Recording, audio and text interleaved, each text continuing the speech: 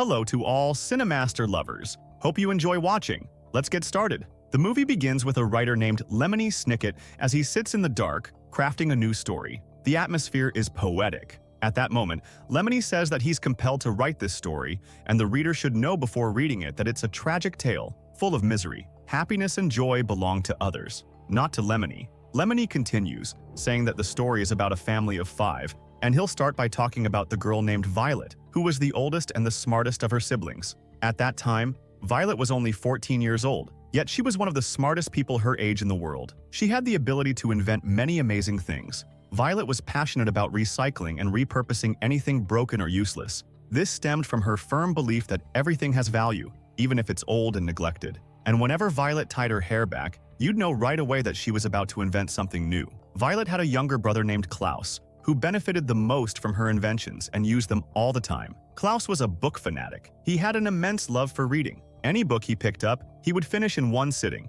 Not only that, but he also remembered every book he read, cover to cover. Their youngest sister was named Sunny, and she loved to bite anything she could get her hands on. Just like all kids her age, she would chew on wood, plastic, and anything else. One day, the 3 siblings were gathered together by the lake, enjoying the outdoors and nature. That's when they received the news that would change their lives forever. Arthur Poe, the family's lawyer from the bank, arrived and told them that their dad and mom both died in a fire that happened at the house, and now the 3 of they are orphans. Poe said that the cause of the fire is still unclear, but everyone suspects that a lens might have been on the house's window, concentrating sunlight in one spot, which caused the fire and led to their parents' deaths.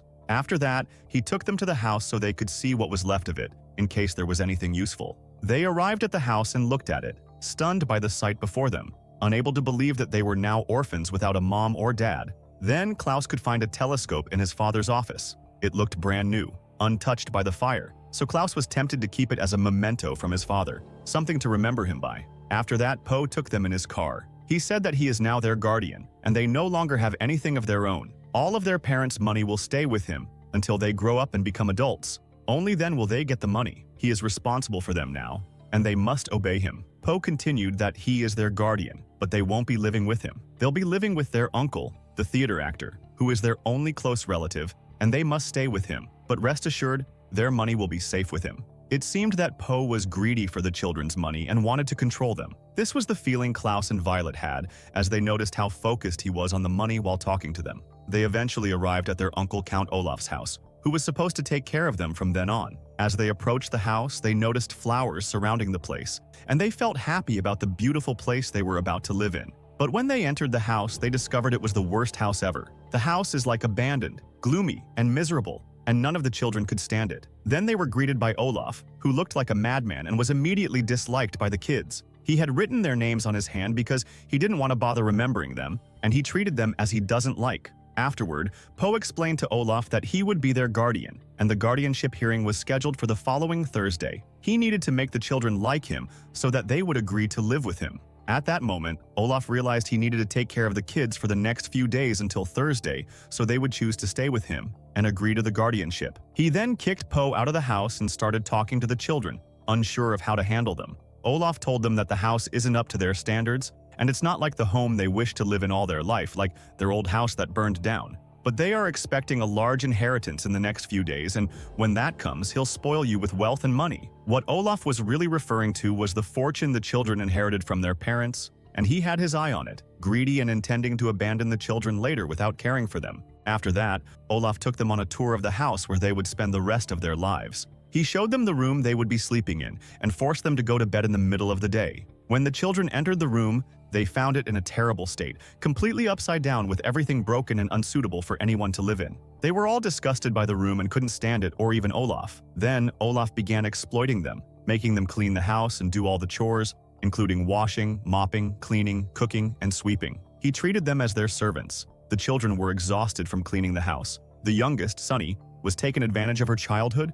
Olaf made her wash and clean dishes along with her siblings. Later, Olaf brought his fellow actors to the house to rehearse for their upcoming shows. They were just as filthy as him. During this time, Olaf exploited the children further, demanding that they prepare food and drinks for his guests and take care of them. The kids couldn't stand him or his guests, who were no better than Olaf. The children went into the kitchen to prepare a meal, but all they found were some scattered pieces of pasta in the messy drawers. They gathered as much as they could, cooked it, and brought it to Olaf and his guests. Olaf was furious and snapped at them, saying that he doesn't want pasta. He wants meat and chicken. He is letting them live with him and giving them a house they could only dream of, and they need to serve him with everything he likes. Olaf continued, "Do you think I brought you here out of kindness? You're only here so I can be your guardian, take your fortune, and then make you serve me like slaves." At that moment, the children realized that their uncle was only after their money. They confronted him, saying, "Do you think you're going to get anything from us? You won't get a single penny of our parents' money. We'll report you and have you thrown in jail." After that, Olaf argued with them, making it clear that they were just children and that he would take whatever he wanted from them. The children then retreated to their room, feeling depressed and helpless, trying to figure out how they could deal with their greedy uncle. The children were filled with fear, unsure of what their fate would be. They were heartbroken over the loss of their parents and the miserable situation they were living in since then. They longed to have their parents back, even if just for one day. 2 days passed, and the day of the guardianship hearing arrived. Olaf pretended to care for the children in order to secure the guardianship. The judge, convinced by his act, approved his request, making him the sole guardian of the children. Afterward, Olaf took the children in his car and headed back to the house. But on the way, he stopped on the side of the road and got out at a market to buy something to drink. Before entering the market, he locked the car so no one could get out. While waiting in the car, Violet found a book about inheritance and noticed a timetable inside. It turned out to be a train schedule, and they realized that their car was parked on the railroad tracks, with a train scheduled to pass by soon. At that moment, they realized that Olaf intended to kill them to become the sole heir to their family's fortune. He had planned this moment, knowing the train was about to pass and would crush the car with them inside. Meanwhile, Olaf stood in the market, happy, waiting for the train to pass and finish off the children. He wanted the train to come as quickly as possible. In the car, Violet desperately tried to open the door to escape with her siblings, but they discovered it was locked and couldn't be opened. She also attempted to start the car to move it off the tracks, but she couldn't manage to get it running. At that crucial moment, Violet asked her brother Klaus to think of a way to save themselves. Klaus suggested that they could try to switch the train's track at the junction so that it passes by the car without hitting them. At that moment, Violet took the hairpin from her head, cut some leather from the car, and tried to create a makeshift rope or hook to change the train's switch. She also tore out a spring from the car seat and managed to throw it onto the switch lever. In the very last moment, the train passed by the car, narrowly missing it, and they saved themselves just in time. Meanwhile, Olaf was in the market, eagerly waiting for the train to crash into the car,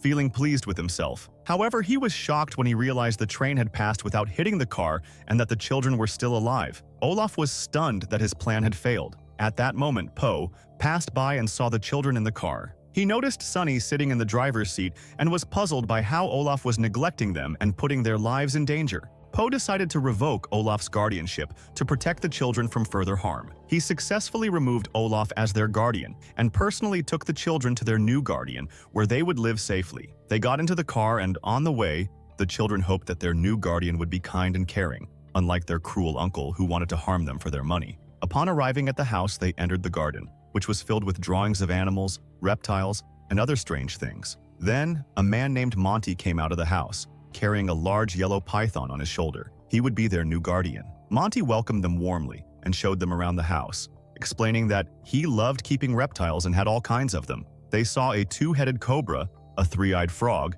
and a large, terrifying black python. Despite the frightening reptiles, the children were happy and relieved to be living with Monty. They finally felt they had found a caring person who wasn't interested in their money. One day, while the children were enjoying their new home with Monty, the doorbell rang. When they answered, they discovered that Olaf had disguised himself as Monty's new assistant to get their money. The children quickly saw through Olaf's disguise and realized he was there to steal their inheritance. At that moment, Monty was in need of a new assistant because his previous one had mysteriously disappeared. The children learned from Olaf that the missing assistant had been killed by Olaf, who had tied him to the train tracks to take his place as Monty's assistant. Monty meets Olaf at the door after the children tried to lock him out, but Olaf threatened them with a knife. Olaf then engaged Monty in conversation about reptiles and snakes, trying to convince him of his expertise. Monty, impressed by Olaf's knowledge, agreed to hire him as his assistant. However, Klaus was suspicious and wanted to warn Monty that Olaf was a fraud who intended to steal their fortune.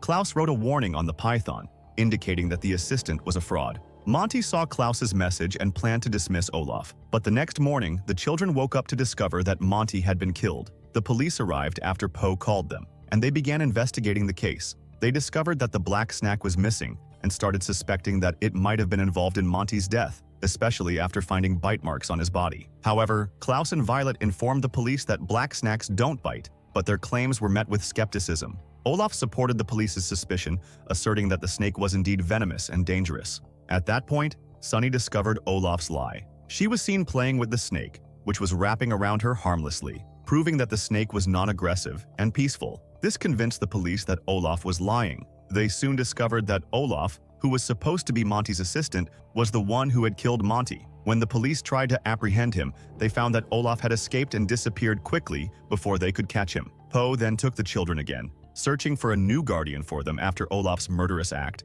He found a new guardian named Josephine, who lived on a small, isolated island. Although the island was remote, Josephine was certainly kinder and more compassionate than the inhumane environment they had endured under Olaf. When they met Josephine, the children felt a sense of unease due to the house's shaky condition. Josephine explained that the house felt cold because the heater wasn't used much, as it might explode if overused. She also warned them about the window handles, which could also explode, and the refrigerator, which might fall. Josephine then showed them some old photographs. As the children looked at the photos, they noticed that Josephine appeared in them along with many others, including their own parents. Klaus noticed that everyone in the photographs was wearing binoculars. He asked Josephine about the numerous binoculars in the pictures. Josephine seemed anxious and avoided the question by taking back the photos and changing the subject. Josephine then talked to them about her family and her husband, who had died from insect bites while at sea. She showed them around the island, and the children were impressed by its beauty. Josephine mentioned that she and her husband had explored every inch of the island,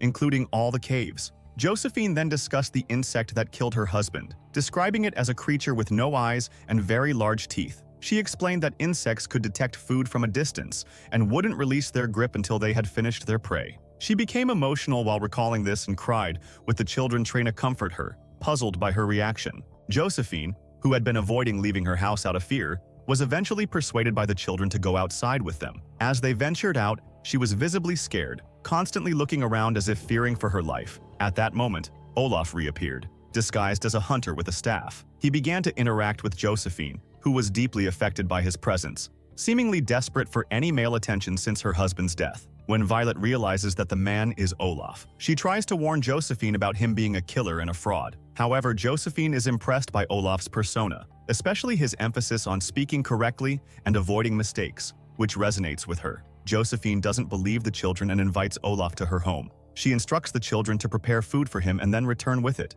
Upon returning home, the children discover that Josephine is missing, and the glass panel overlooking the sea is shattered. They then realize that Olaf has killed Josephine. The children find a suicide note from Josephine near the window. As they read it, they notice numerous errors, which is surprising because Josephine was always meticulous about avoiding mistakes. They realize that Josephine has committed suicide and that she had designated the hunter, Olaf, as the guardian for the children in her note. Klaus then discovers the mistakes in the note and realizes that Josephine intentionally made these mistakes to guide the children to her location. He deduces that Josephine is imprisoned in the cave on the island. The mistakes were meant to signal the children where to find and rescue her. During the storm, the house is severely damaged and precariously positioned due to its weakness. The children are frightened and hesitant to move as they fear falling into the sea. The only exit, the door they need to use, is far from their current location. Violet takes charge and devises a plan to reach the door. She manages to obtain an anchor and throws it onto a nearby wooden part of the house.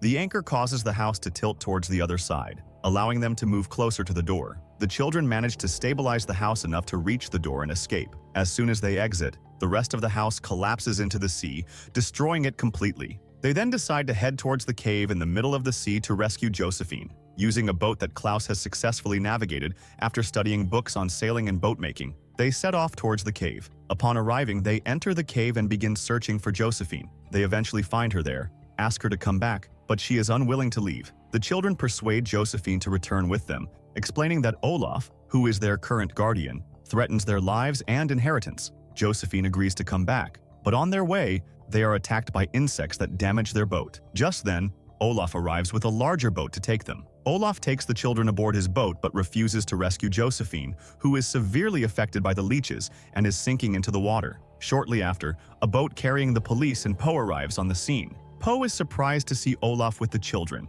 but Olaf could deceive him by pretending to be a hero who came to rescue the children from danger. Here, the police believe Olaf's story and dismiss the children's concerns. Olaf is reinstated as their guardian, leaving the children frustrated and disheartened by their suffering. However, Poe reveals to Olaf that under the new inheritance law, if anything were to happen to the children, Olaf would inherit nothing from them. The inheritance would only go to spouses if they were married. Olaf is shocked to learn he can't kill the children for their inheritance. But then, a demonic idea. He decides to stage a play and forces Violet to act in it alongside him. In this play, Olaf manipulates Violet into marrying him under the pretense of a play, but he has a real marriage ceremony planned. He threatens Violet, insisting she must agree to marry him and sign the marriage certificate, or he will kill her sister Sunny, who he has taken hostage. Under this immense pressure, Violet agrees to the marriage to save her sister. Meanwhile, Klaus could rescue Sunny from her cage near the sea. Klaus discovers a large lens at the tower that can focus sunlight